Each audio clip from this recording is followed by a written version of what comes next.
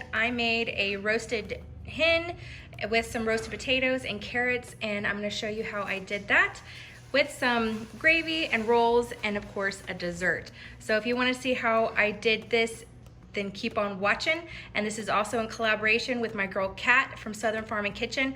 The link to her channel is gonna be down below. I'm so excited to do this with her. She's gonna share with you what she likes to cook on her Sunday suppers. So make sure you go and check out her channel if you're new. And let's get into this recipe. Okay friends, so tonight I'm gonna be brining a chicken because I'm gonna make a roasted chicken for Sunday supper. Anyways, so what I'm gonna do is, this is how I brine. I kind of debated on whether or not I wanted to show this part, but I think it kind of makes it or breaks it for me. And I haven't done a whole roasted hen in a really long time. And normally I do the little, Cornish hens, but I'm making a whole chicken this time. So for my brine, it's super easy. I do 1/4 cups of apple cider vinegar. I do 1/2 cup of honey.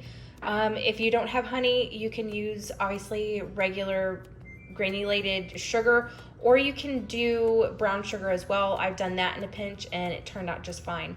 I also do peppercorns. I do a couple of tablespoons of peppercorns. And then I've already got some in my pot here, and I've got 1 lemon chopped up. I've already got my salt in there. I do a 1/2 cup of sea salt, and then you can see the pepper, and then the lemon. I just do 1 lemon for the brine, and then I'll fill the water up to about 4 quarts, and I'll keep stirring until all of the salt is dissolved. I know a lot of people like to actually boil their water and then let it cool down and then put the chicken in there. It doesn't make a huge difference for me. So that's what I'm doing. I just figured I would share that really quick of what and how I'm brining my chicken. And it's about 7 o'clock at night. So it's going to brine all night long, and then in the morning I'll take it out. So I just wanted to share that with you, and I would love to know how you brine your poultry as well. So I've just taken Miss Birdie out of her brine, out of her spa treatment for the evening. And it's been, what time is it? I think it's like 3 o'clock in the afternoon the next day. So all I'm gonna do is I'm just gonna trim off some of this excess skin right there.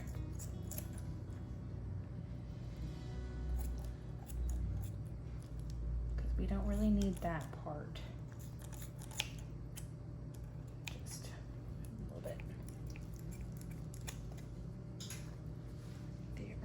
And all I'm gonna do is I'm gonna let her sit right here on this little paper towel. I've got a towel underneath here and a paper towel, and I've patted it dry, and I'm just gonna let it sit at room temperature for about 15-20 minutes while I get all of the veggies done and cut up and ready to put in the roaster. Okay, so as you can see, all the veggies that I'm gonna be using, I'm gonna be putting in some carrots, and then I've got 2 heads of garlic right here that I'm gonna be putting in as well. And then I'm actually going to be stuffing her with this. I was gonna spatchcock the bird, but I decided, you know what? No, I don't feel like fooling with it today. So these are gonna go in the cavity. I've got 1 onion, I've got some thyme, chives, and rosemary. I also have a couple of lemons that I need to get used up. And then I also have some very kind of flimsy, needing to get done celery as well. I'm gonna stuff the bird in there. Well, you'll see that as well. And then I also have a bunch of Yukon Gold potatoes that I'm gonna be using. Yes, I'm using all of those because some of the potatoes are gonna go into another recipe that I'm gonna be using that they're pre-cooked. And then as well as 1 cup of chicken stock, salt and pepper as well. And then also, if you didn't catch my other video, I did some compound butters, and I'm going to be melting some of this compound butter. I'm going to have the link down below of where I show how I do these as well. And then also some parsley. I'm not sure if you can see the parsley, but we have parsley right here as well. That's cilantro. That's not going in there, but parsley is. Okay, so I'm gonna get to chopping up on everything and get it ready to go into the roasting pan.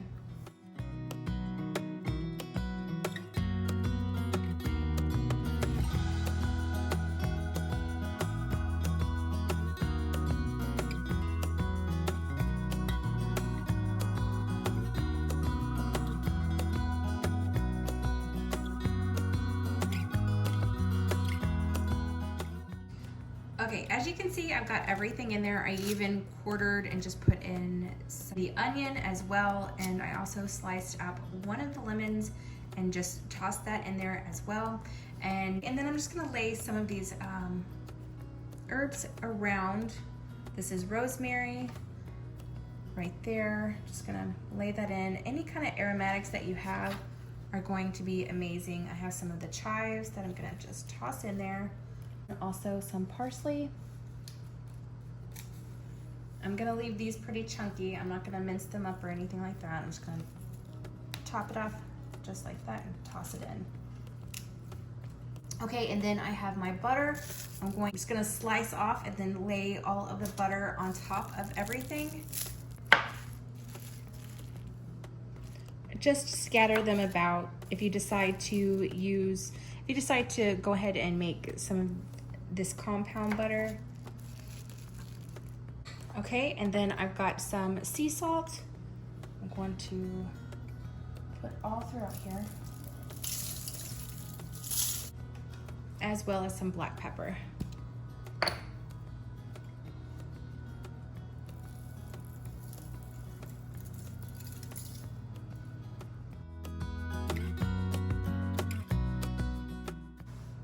Okay, now that I just have my rack on here, just wiggle it down. You can move everything around just to make sure that it gets in there pretty good. So I'm gonna be laying the bird down on top of all of this as well. And then I'm gonna start seasoning the inside as well.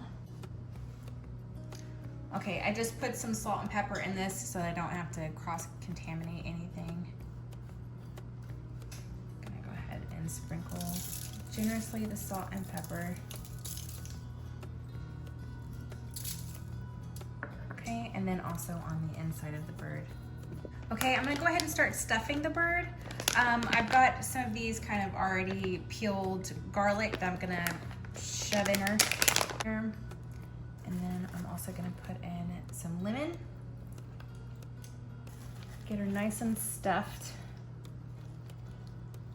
Make sure that cavity is nice and full. And then the shallots are gonna go in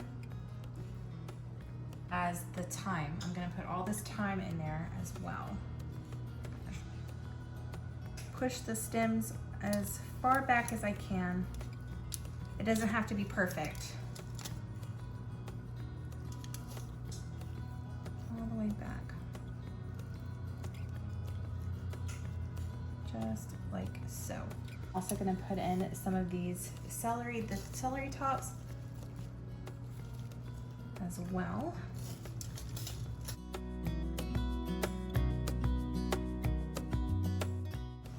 Okay, and then I also have some regular butter this is salted butter that I'm gonna put into the cavity as well. This one is just a plain one. I'm gonna use the rest of this butter, and melt it down and baste all on the top of the chicken.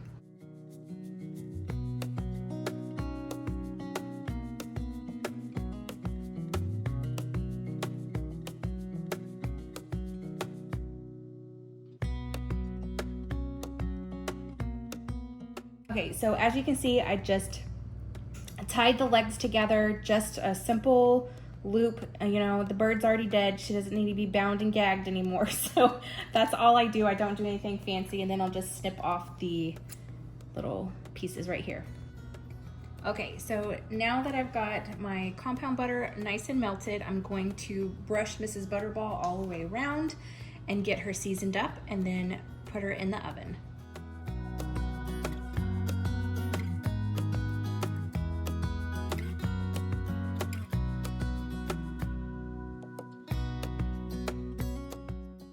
And then I forgot to, oh no, I forgot to put some butter in the little holes. So we're just gonna pour some in there, let it go. I'm gonna be honest with you, if you can take this mixture right here, I've done it before, I don't have it anymore, my injector broke, but you can take some compound butter and you can actually inject your bird, and oh my gosh, it's so good. And then I'm gonna tilt her up just a little bit and pour the rest of it inside of her, just to get her nice and good. Okay, and then lastly, just to add a little bit of color while she's baking, is some paprika.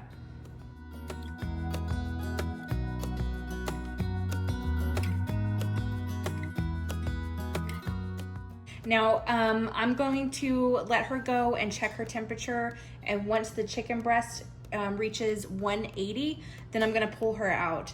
And then also the legs at 160. Now, every 20 minutes, I'm going to be basting the bird because there's gonna be plenty of juices from everything, and then also the extra butter that I put in there. If you can see the little cube butter in there, it's gonna be awesome. And I'll just keep basting her every 15 to 20 minutes. I'll be basting her. So that is what she looks like right now, and all the yumminess going on. Okay, so the bird is done and it's looking beautiful, and I'm just gonna take it out of the rack and I'm gonna set it on a plate and cover it and let it rest for about 20 minutes.